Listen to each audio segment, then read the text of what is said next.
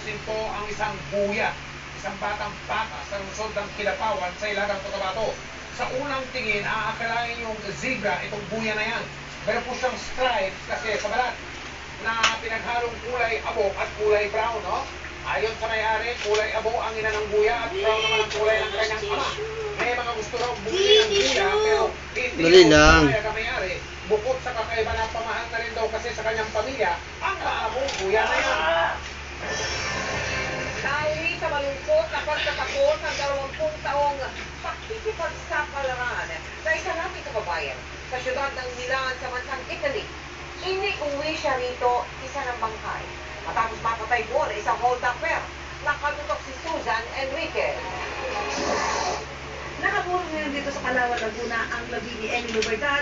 May kwento ng isang matagumpay na OFW sa Milan, Italy. Ngunit sa isang iglap, nagtapos ang panis ng kanyang tagumpay.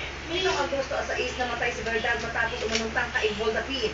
Matindi ang pinamumpinsala ni Verdad dahil sa pagkumpog sa ulo niya sa pader. Totally damage ang mukha. Diba? Lumabas ang mata, lumabas ang utak sa suntok, basag na basag ang mukha.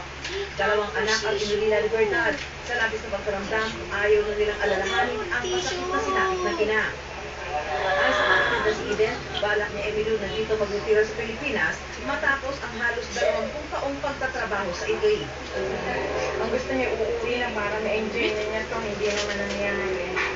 Nakakulong na sa Milan ng suspect. Panawagan ng pamilya, matutukan ng gobyerno ang kaso. Na sana yung hindi lang sa simula, sana yung sabi yung justice na yun hanggang at the end.